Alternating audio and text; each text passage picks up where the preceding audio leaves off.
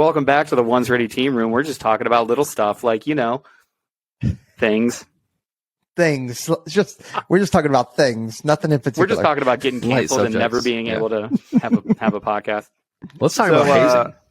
Let's talk about hazing. That's a spicy context or subject, rather, not context. It is. Anyway, well, it could be. We got Aaron back. It could be a spicy context, but it is. How do you guys define hazing? Well, all right. So Aaron's my walking thesaurus, so he has to answer it. Yeah, exactly. Well, actually, the Webster's dictionary defines hazing. I'm kidding. I wouldn't use Webster's because they just change the definition when the freaking climate suits them. So hazing, right? Hazing is an unfair balance of power between people that usually has some sort of physical consequence attached to it. In the military, hazing is doing something to specifically demean another person which you supervise or you occupy some position of authority, right? So when we say hazing, we don't mean saying something that somebody else doesn't like. We don't say making you do push-ups is not hazing. When you get operant conditioning throughout the pipeline, even in the military, and this is just gone, I don't know when they, moved away from this sort of thing, but it was very common in the military even 10 years ago at a normal job where if you screwed something up, somebody was just like, beat your face, get down and start doing push-ups. Like especially Ranger Regiment dudes, those guys, until you're like an E5, a tab E5, E6 sort of team leader sort of area, you always run the risk of getting just scuffed up at work. They walk into a room and the worst thing in the world for a bunch of E4 dudes at the regiment is when a tabbed brand new E5 walks into a room where they're all shamming. The smoke is about to happen, right? Now, you could say that is, in that case that I just described, hazing, but it's actually a part of the culture which we used to call positive outcome disciplinary techniques. Meaning the positive outcome is that I get to mentor you and you get physically in shape at the same time. The line, for me at least, comes in when you do it in a demeaning way. So if I'm making you do something demeaning, if I'm like, I want you to, it's very common practice for the new guy on the team to do a bunch of different things, right? At our squadron, there is a guy that has a Viking horn, and every day when that team is ready to start work, this young guy steps outside of his team room, we work in a hangar, and he blows this horn. So at the beginning of their workday, you hear, ooh, and at the end of the workday, it's the same thing, right? Is that demeaning? No. Is it a funny thing? Yes. Is it hazing? Come on. Absolutely not. Now, if it got to where you are being made fun of in front of people, that's what I think hazing is. Peaches, what do you think hazing is? I think that's defined pretty well, but I boil it back down to intent. Is the intent to demean somebody? Is the intent to embarrass somebody? Then, okay, you've crossed the line there. Is the intent to blackmail somebody? You've definitely crossed the line there. Are you able to do said task, whatever it is, whether it's physical, whether it's something funny, are you still able to genuinely laugh at it? Not the, yeah, that's great, guys. Not that. But are you like, holy cow, you guys have got me wearing a Thor outfit and I have to, grab the hammer and I'm, spouting off whatever, giving a history lesson or it could be something like that. Are you still able to laugh at it genuinely? And is the intent genuine and fair and positive? You get what I'm saying? Like I think so much of the things that we are dealing with just in our culture right now all boil down to intent is, because when we do things, sometimes I will say something to one of you two or my wife or my kids or anybody I know, hell, even on here. And maybe I misspeak or maybe I just use a word that tends to, doesn't necessarily align with somebody. Maybe it has a negative connotation to it, but my intent wasn't to insult or demean anybody. It was just like, hey, you just happen to take it that way. I'm sorry, but that's just, you just took it that way. The intent was not to hurt you in any kind of way. That's the way I kind of look at it. I mean, sometimes I'm trying to embarrass I love people. You know, like you guys are like, it has to be all positive. I'm over here like, man, as long as I don't hurt anybody, there's no costumes involved. I don't know where the costumes came from, but that seems wrong. But I'm just saying it because that's, it's been right. done. Right. But I mean, okay, so one of the things that I had is somebody made me put a cape on, right? And I was running towers with the little Dixie cup, right? With the little Dixie cup, and we had to fill up the cooler, the however tall the tower is, but I'm wearing a cape. And every time I passed an instructor, I had to say I'm Batman. Yeah. Right? Like, but I had to say it as in, now this is before Christian Bale, but I had to say it like, I'm Batman kind of thing. How did Michael Keaton say it? Well, for you, it would be how did was that guy Adam West? No, it was Michael. It was Michael Keaton. Oh no, you were Adam like Moore? In the BAM. Like the screen says BAM every time someone gets punched. Yeah. That's making fun of your age again. What was that hazing, or was that, hey, we're having fun? Because even I thought that it was hilarious. Yeah. I think the thing for me is when you get done with this event, I can tell that it's a hard thing to try to explain. It's an easy thing when you see it, though. When you see this thing get over and you see the guys, like especially when you see the team sergeant or you see one of the leaders of these little events that happen, because of course you running around with a cape on, filling up with a comically small Dixie cup, filling up a larger thing. I'll bet after you were done, somebody put their arm around you, was like, all right, man, got it. You filled it up. You took it like a champ. Come on, let's go back to the team room. That's where I draw the line of, this is or isn't hazing. If that's meant to bring you in, don't conflate indoctrination with hazing. If I need you to indoctrinate you to our culture, if I need to prove a lesson to you, but it's with the intent of bringing you into the circle afterwards, I do not think that is hazing. We had, I think I've told this story before, but one of the younger controllers showed up and he did something marginally not correct, maybe showed up late to a briefing or something. It was one of those little things, but his team sergeant was like, hey, in this team room, in this culture, that is not what we do. So you're going to push this bike. He pushed one of the mini bikes around the entire flight line. He's like, yeah, let me know when you're back. He's like, you're not allowed to start it. It doesn't have gas in it anyway, but go push it, take a walk, think about it. With the intent, when he got back, he's like, hey, you understand? That's part of our culture. We find these things important. So that's like right on that line for me. Do I think that's hazing? No, he didn't do it with the intent to demean a guy. He did it to correct his behavior, and he wanted to establish a culture in that team room. And I think it worked out really well because that's how you establish those cultures. And it could be serious, like I just described. It could be funny. It could be any number of things. We do skits all the time about when you're in the pipeline, you get to do skits about instructors, and those things still happen. I had a team do a skit about me while we're deployed in front of everybody. Could I have gotten into my feels and been like, oh, this is hazing and these people demeaned me in front of my peers?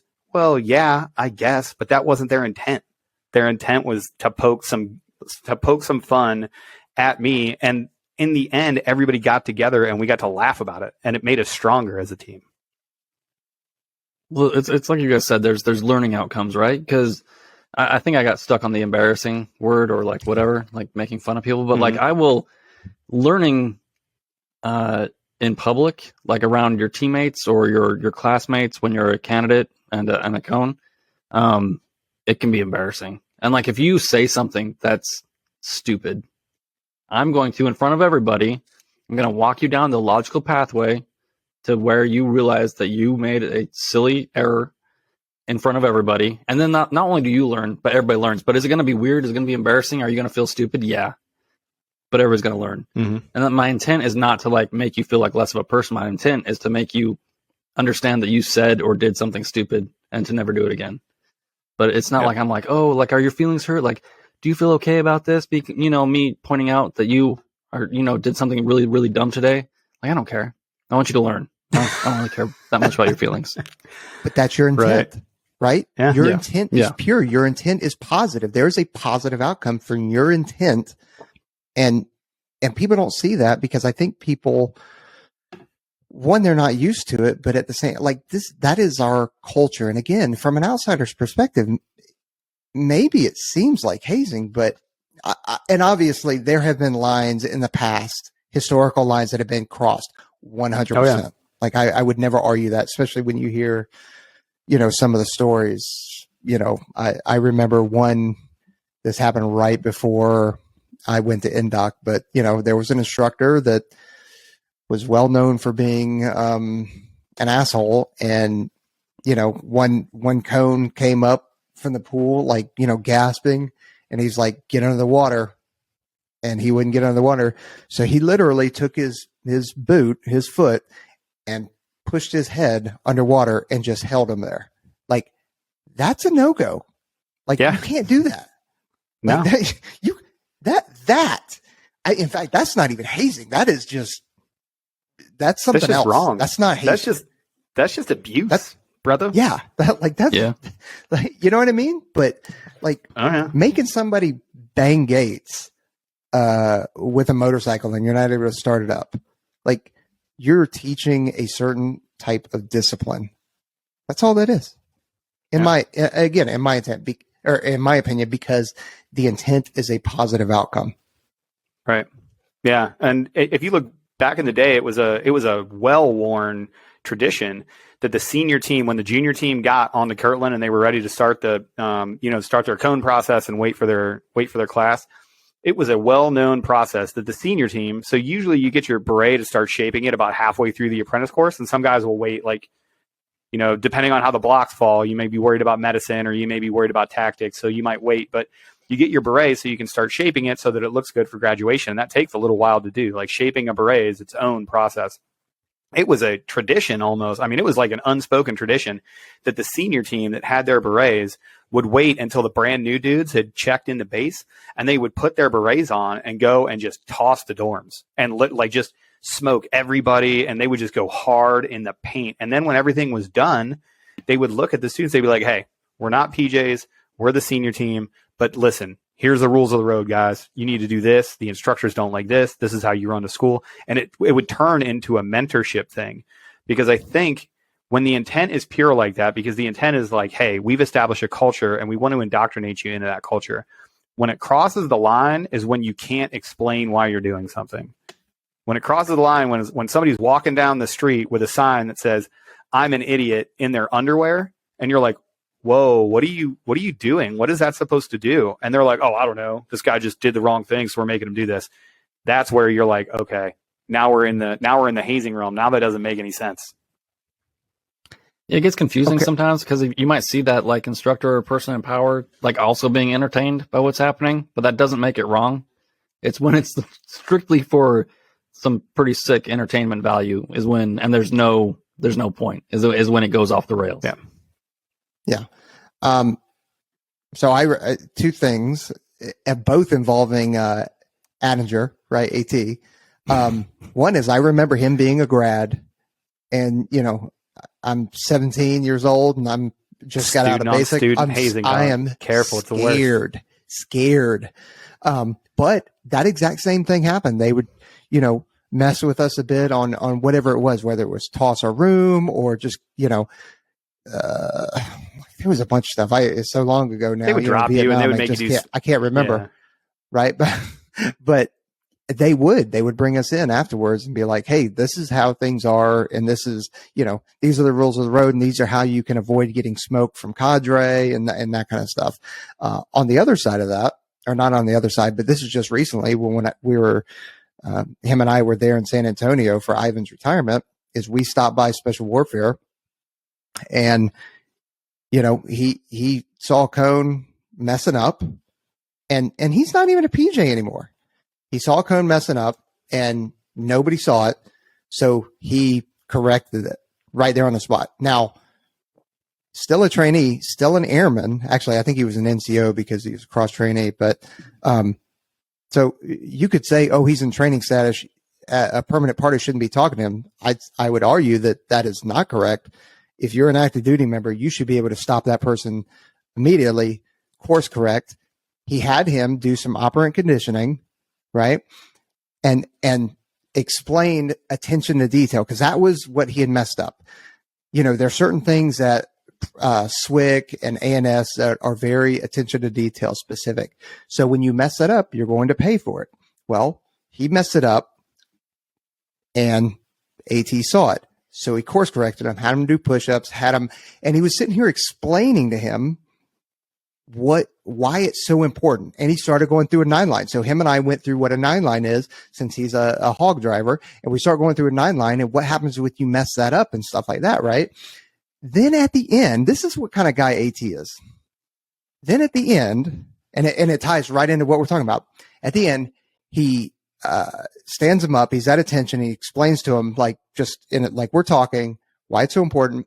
And he had just gotten back from Hog Smoke competition where they won, and he took his patch off that they won at Hog Smoke and he gave it to him. He's like, hey, this is a patch that we won because we paid attention to detail and we won the competition. And I want you to have it. Right? Like, he'll probably never see this dude again. No. Ever. That guy has the wildest story. No one's ever going to believe that guy's story. Be like, hey, a very famous PJ turned A10 pilot and Peaches smoked me one time and they gave me a patch. People are going to be like, shut up. That, or I'm going to be getting a phone call from IG later on going, oh, what did you do? Oh, you did what now? Yeah, I'm sorry. You said that again? Allegedly. Allegedly. All this happened, okay? This allegedly happened. I can't wait to figure out how to edit this podcast. Oh, it's going to be wild. But like, speaking of that, like rumors, right? Because like no one will believe that. But this all kind of started from a pretty wild question we got on YouTube. And I don't know how to explain this, but there's a lot of people out there that claim to be former special operations guys that weren't. I know this is surprising to you guys. I can see the surprise on your faces. And they come up with some ridiculous stories. Like, well, when I was, at Bud's, in 1953, this is what guys were, like all the rumen and all this other stuff. So like, just because you've heard about some of these like hazing incidences or training things that happen and, like you have to have a bone broken to get through this course or that course or whatever, guys, it's, sift it out. It's a whole bunch of garbage. 99% of the stuff out there is probably garbage. And I always default, if somebody tells me something, I don't immediately want to say, okay, that's probably BS. That's probably not right. However, every single time we get one of these questions or one of these comments, it's somebody and they almost always start off with, well, I heard from a guy that was on the teams that these things go on. Okay, hold on. Why is this guy even talking to you? How do you know he was on team? How did you verify this story? Why in the world? Like, if somebody DM'd me, like, I don't know how many requests have we had where they're like, oh, you guys should tell funny war stories. No, those funny war stories are for me and the team that went through it. Like, those stories are important to us. Like, and certainly I would never tell you an embarrassing story. Do I have a million embarrassing ass stories about, my time or the team's time or, this guy got too drunk? Oh, yeah, absolutely, baby. Get out of here. Like, we all do. We all have like ridiculous stories, right? Why in the world would I just volunteer that information willingly to somebody that I have never met on the internet? I would never do that. I would never tell you an embarrassing story about a friend or a situation. So when I hear these things and they're like, there's one guy that comments pretty frequently on one of the platforms, and they're always just like, yeah, well, I have a friend that's in this unit. I'd be like, bro, I'm pretty sure this guy has a friend in the Army's unit and the SEALs #1 unit. He's got a couple friends in the CIA. I think he's got a couple friends in NASA, because every time this dude pops out of the woodwork with, well, I heard, and well, I know, and well, I heard this story. Get out of here. Can we do a better job of looking at something that seems not right and then just go from there? Like, granted, reality is sometimes stranger than fiction. I got it. And wacky things do happen. Some of his friends running for Congress? Is that what's happening? I hope some of his friends are running for Congress. I have no clue. This guy, he's probably the most well-connected guy on the face of the planet, to be believed. Some rough stories out there right now. But I mean, I heard. Okay, so if we're going to talk about that, then kind of go down the vein of stolen valor. How do you feel about stolen valor? Because I'm two minds about it. Right? Could I care less? Like, all right, dude, go to Golden Corral and get your discount, like whatever. Right? At the same time, though, I'm like, it's almost like that. Man, you are representing your community, right?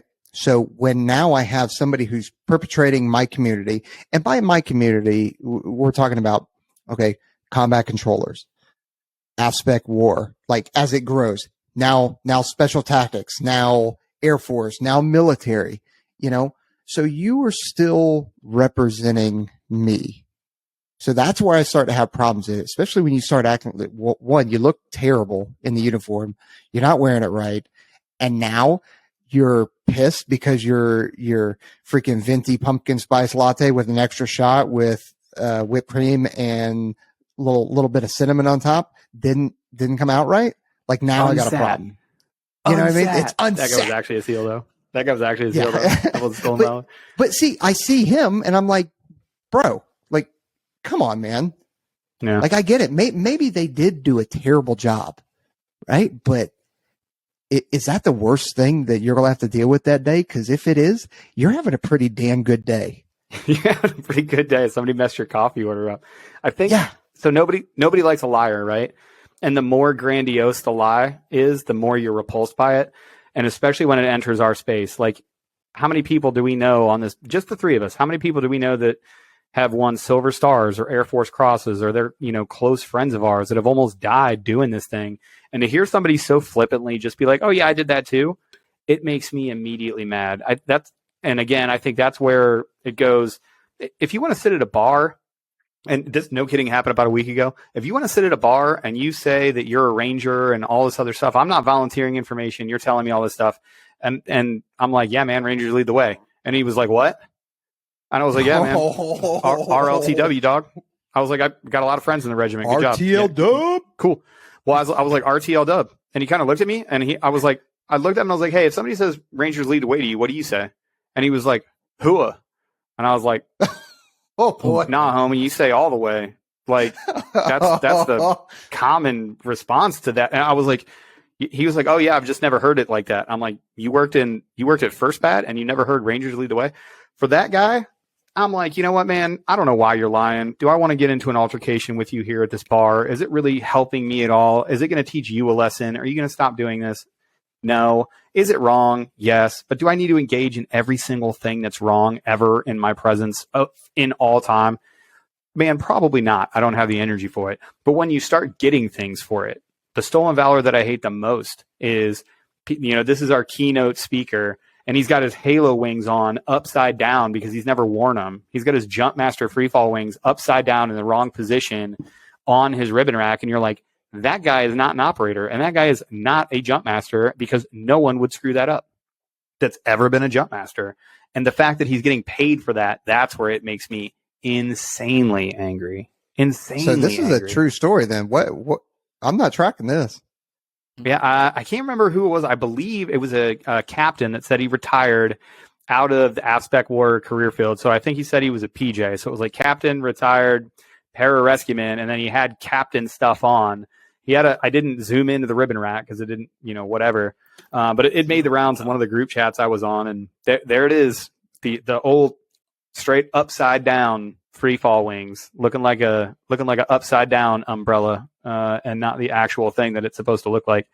And this guy got paid for the speaking gig. That was posted after he talked about being there. And I will say, like, my paddle that I got from the 321st, that was, let's see, I left in July. In June, I had that free fall accident, right? Mm-hmm. So they put it upside down on my paddle, right? I thought it was hilarious. I think that's funny. And they were like, some people were like, hey guys, that's wrong. You should probably fix it. But I'm like, no, don't fix it. Like, it's funny. Like, I appreciate it. It was less than a month ago that I frapped in. Like, I got it. It's on a paddle. It's not on your uniform, Right. You're not standing in front of people like, oh, I wear this upside down because one time I had an accident. No one does that. No. Yeah. But, it's when you go from, yeah. Oh yeah, we all have a lot of opinions. This is exciting. Oh, spicy. I'm just saying, like, when you go get a Golden Corral, that's fine. But once you get up to Longhorn, that's when I start to take exception. Like, you start coming to my places, But Longhorn, or Golden Corral is only going to hurt you. So it's kind of like a punishment. It really is. Like, getting a free meal from there, you should pay me to eat at Golden Corral. I can't believe people actually pay there. So getting it free wouldn't even be enough. The only thing that makes me more mad than that is when people that are in the military aggrandize what they've done. And they make it seem, the only thing worse than saying that you've done something that you haven't actually done is implying that you did and then refusing to elaborate. They're like, oh, yeah, bro, like, I don't know, that deployment was kind of crazy. I was working for, like, this pretty specialized team. Oh, really? Security Forces E4, what specialized team was that? Like, oh, I can't say. It's data mask. Bro. Small teams, good dudes. You know what I mean. Bro. Small teams, good dudes, pretty flat organization. You just kind of, like, find work and do work. You know what I mean? No, I have no idea what you mean. That doesn't make any sense. It doesn't sound like what we do. So you're going to have to elaborate for me, my dude. You were working a gate at a data mass facility. Is that what you mean? No, man. No, we were definitely, outside the wire. Oh, tight. Well, I will tell you, who's not doing any kind of stolen valor? Cardomax. Cardomax is not doing. They aren't. No, they are not doing startup. My favorite Sean thing of all Madsen time is not a stolen valor kind of dude. Absolutely not. No, you should check out his podcast. We had him on. My favorite thing about Cardomax is like Trent and I will be doing something completely mundane. I'll turn my head for a second. I turn back, and there's Trent with a little thing of Cardomax, and he's just putting it in his water. I'm like, "What? Are we about to go work out?" He's like, "Nah, dog. I'm just trying to get this caffeine on." Oh, it's 8:00. Yeah. Trent hates cardio, so he keeps, thanks to Cardomax, he keeps his heart rate up with the energy intensifier by about like 755%. I'm in zone 2 all the time. That's my secret. Have you guys tried the immune booster yet? The immune booster is the hardest thing for me to say, but I love it. It's my favorite part. Well, not just that, the hydro too. Like, so I have a caffeine regiment throughout the day, right? So that I make sure that I have a cutoff point so that I don't drink, like, and I have to be very conscious about when I reach in and I grab those packets, because I open the packets up and I dump them, and I got in a big Ziploc bag, and I literally just reach in, and I've made the mistake before where I just reach in and I just rip it open and pour it in, and all of a sudden I'm up till 2-3 in the morning. So it's not great, but you guys should check them out. Cardomax.com. Use the promo codes OneReady for the discount. Stolen Valor. Trent, you got more on it. I know you do. You've been holding out on us. Yeah, I mean, I'm just the same as everybody else. It's when you make money, when like I you know what I really just can't wrap my head around is why can't people just be happy with themselves? And all it is it's a character flaw of some people that think that whatever they did was not enough. And we talk about all the time, like, regret as hell. Obviously, these people are filled with regret, and they feel like they could have done more. So instead of just doing more and being honest about what they did and being proud of what they did, they have to like fluff up their resume. They have to go back in time and lie to people about what they did so that they can feel important. It's like the easy button to getting attention and to getting paid for stuff that you never did. And so do I think that they're sad, pathetic people? Yes, absolutely. And I don't want to waste energy on them. At the same time, though, like, if you don't correct behavior when you see it, then the behavior will just continue. So, there's a lot of folks out there that are doing a really good job of checking people when they step out of line and seeing these things. But, I try not to get too worked up about this stuff, but like, what is your problem with yourself? The problem is with them. And I don't understand why you can't just be happy with what you did, because if you were good at, even if you were just good at your job in a normal job, like we talk about, like security forces guys, finance personnel, whatever it is, there's rock stars everywhere. And I have friends in all of these places that are more than happy to tell me that they love their jobs. They don't want to do what I do. And that's totally cool. And we can have normal, regular people conversations about it. And I can totally respect everything that they do. So the rest of those people can, go rot in another place and, feel sorry for themselves or whatever it is that they do in those dark moments when they realize that they're frauds. I love when Trent tees up for a big one, because you can feel it coming. It's this feeling like it's a storm that's just about to happen. You never disappoint. Who pulled Trent's string? Who pulled your string? I did. It's like 8:00 at night. I just had a Cardomax, so. Oh, that's it. Nikes. This guy's going hard in the paint. Well, see, I don't understand that. So like, you take a Cardomax, and then I grab a hoist. Like, what? Yeah, I can see. My caffeine tolerance, though, is I'm not on a caffeine regimen. I'm on basically a caffeine-free fire zone. So I can, no kidding, drink like a pot of coffee before I go to bed. So I would be totally fine if I got home at like 5 o'clock at night. If I just drank like a Monster, I try not to drink energy drinks as much anymore. It just doesn't really work. So I try to keep it to one or two a week. But I can have caffeine and literally just lay down, go right to sleep, no problem. I have worn those pathways so ragged in my body that I can just like, oh yeah, 200 milligrams of caffeine. No, it's totally fine. I'll be able to sleep in like an hour. I wonder if that's healthy. If that's no, I know it's not healthy. That's not my question. I know it's not healthy. I don't. Stop hey, doctor. Stop judging us, Peaches. I know that. This is hazing. I'm covered wondering, this on the first part. You're doing this to hurt my feelings. I'm wondering if that is a workload kind of thing. Like you have maybe not physically, because obviously you train in the morning for 2 hours or whatever it is, like seeing you there. But is that with your current job as the op soup, that is a busy job? Are you just so mentally drained at the end of the day that you're able to still drink caffeine and then pass out? I think it might be, because I'll tell you what, I got this from a close friend of mine. I don't listen to music in the car anymore. I don't listen to anything in the car anymore. I drive into work in complete silence, and I drive home in complete silence. Like I am not like, I need time to decompress. Like this job, I will say, and the three of us have this experience, so we can all kind of share it, but I am so mentally drained and exhausted. I've made the joke, I don't know how many times, about my door should be a revolving door, because people just come in, and unless I stop what I'm doing right there and fix their problem, and Peaches, I got this from you, unless I stop what I'm doing and knock that target down, I'm not getting to it. Like my to-do list is getting longer and longer and longer the more that we speak. I'll be having a conversation with one person at my desk, and my email, I'll get like 3 emails that I'm just looking at, and I'm like, oh, that's just more work to do. So I think it might be one of those things where I'm just so mentally exhausted that I'm trying to like be super alert and on point when I'm at work.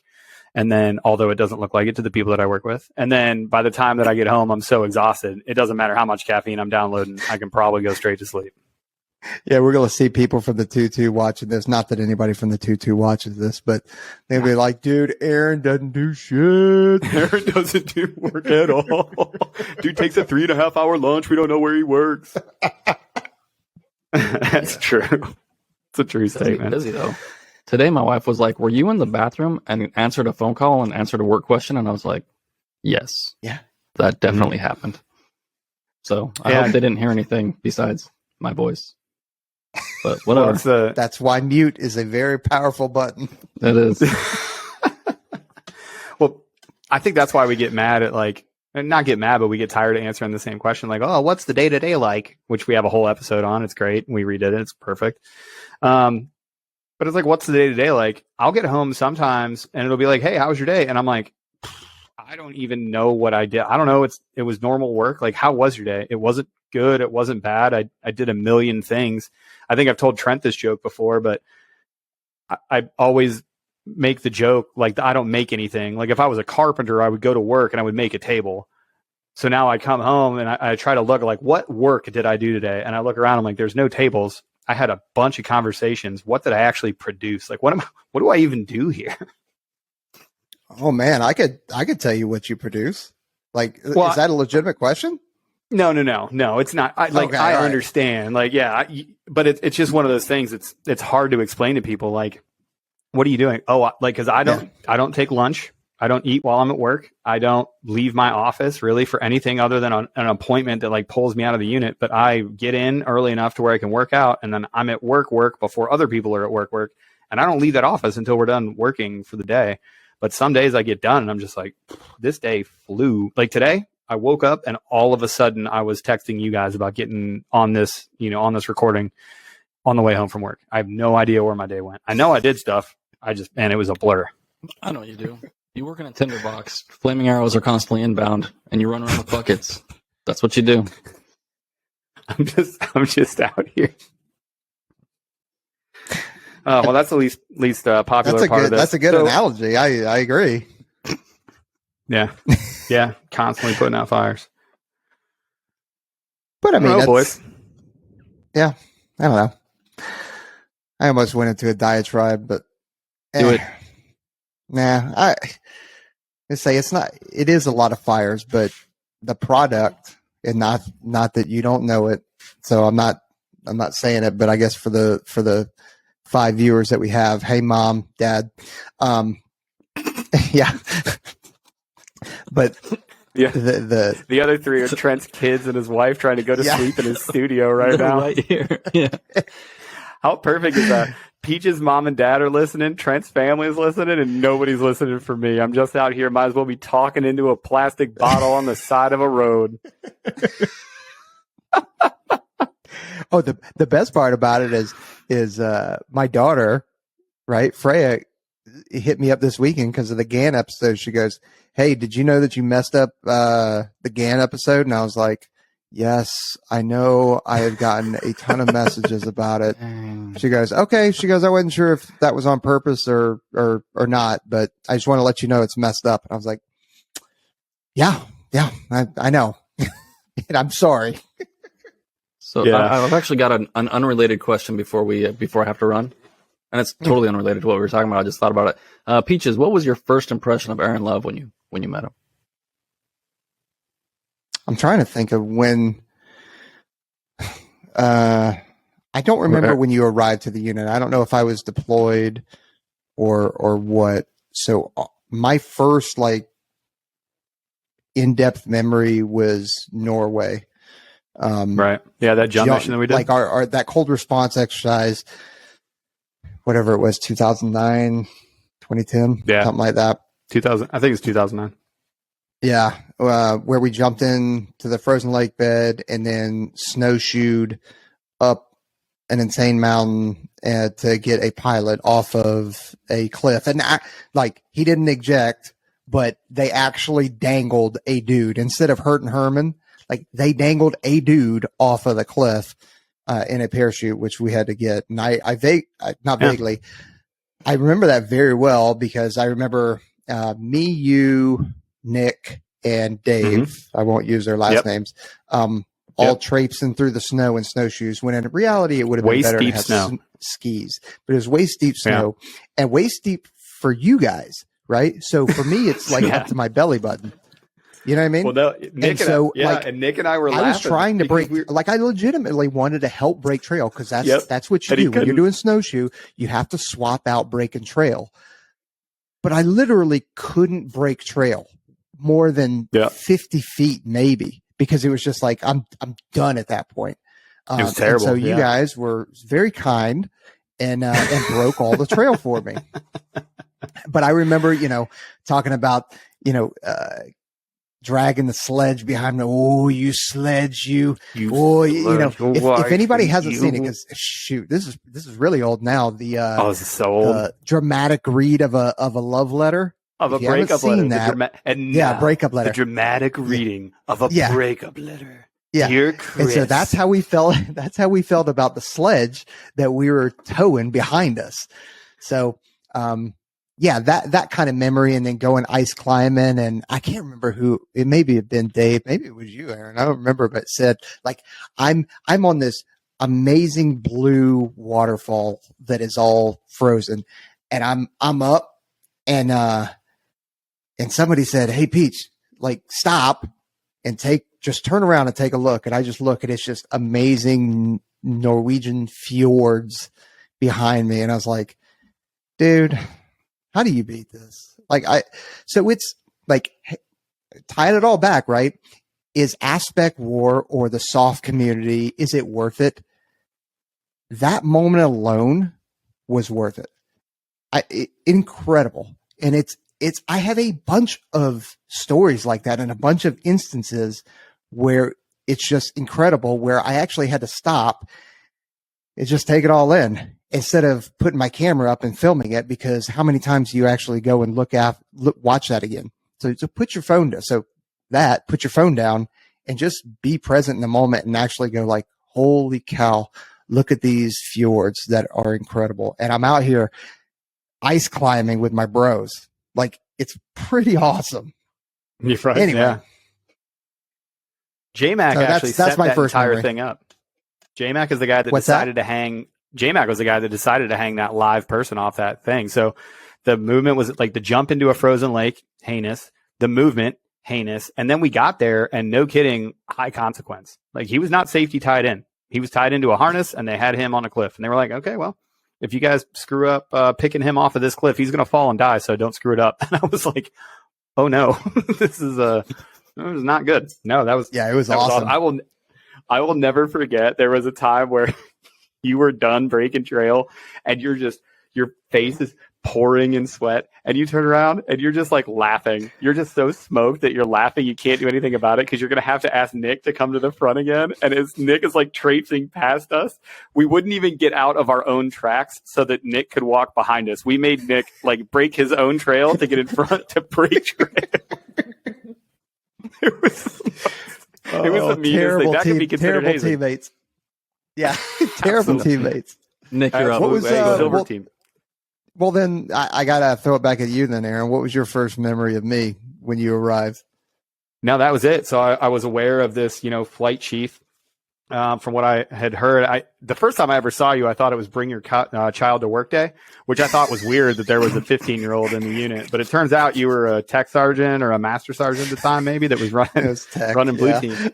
Yeah, that was running blue team, and that was the first one. I want to say that was our first, no kidding, like training exercise together. When we met was at Cold Response. So I want to say like getting jocked up for that. Obviously, you were a jump master at the time, so you were helping me as a brand new young PJ, because the training event was for me. Like it was a line item event for me. Like I had to do those things. Nick was the guy that was instructing me, and then you and Dave were the other two that fleshed that team out. But I remember being just like super duper nervous, and like you even gave me a check at one point. You were like, "You like it like that?" And I looked at my reserve and I was like, "What do you mean?" He's like, "Nah, I'm effing with you. It's fine." And I was just like, "Not necessary. Hazing. Don't need hazing." Yeah. Hey, man, I'm nervous enough as it is. Like, I'm going to fail. I don't need your help on this, Peaches. So, maybe be a little bit nicer. But then karma, 4 feet of snow is all it took for you to catch I'm done. a quick lesson. Man. What about you, Trent? I know when we met, because I know when we met like in person, which was great. We had a great hug. What did you think? When did you meet Peaches? When was that a thing? You were driving through when you were moving, and you were staying with some family here. And then I just came over and picked you up, and we ran over to prep, and it was literally picked him up. I picture you just being like, oh, hey, little buddy. There was a car seat in the back. there was a car seat in the back. That was, yeah. I did tell Trent, like, I was like, hey man, the neighborhood I'm staying in isn't the nicest. If you're carrying heat or you have the option to, make sure you are. He was like, fantastic. Oh, it's that bad? I'm like, I would just do it. But it's just one of those things. It's that's one of the cool things about the community is like you on your like first training trip with someone, you learn a lot about each other. But like when you've been in for a long time, like we'd all talked over camera, and then it was just pretty underwhelming when we all met in person. It was like there weren't any big surprises. We just This is actually who we are. It's sad but true. Yeah. The funniest quote that I had, and I still credit you with this to this day, is about halfway. So I flew in the night before, and we kind of hung out the night before, and then the next day we were going down to JBSA to see some peeps and do some stuff. And about halfway there, we're driving, and Trent, who continually shifts an automatic truck into and out of gear for whatever reason, which was the weird thing. You said there was nothing weird. That was super weird. You kept shifting it. I'm like, it's an automatic, Trent. You're not like downshifting. Sometimes I need sport mode, and sometimes I need regular drive mode. All right. There's reasons. Your face is regular drive mode. So when we were driving down, Trent like he's like quiet for a second, and he literally just looks at me and he's like, I never understood how people could fall in love on the internet.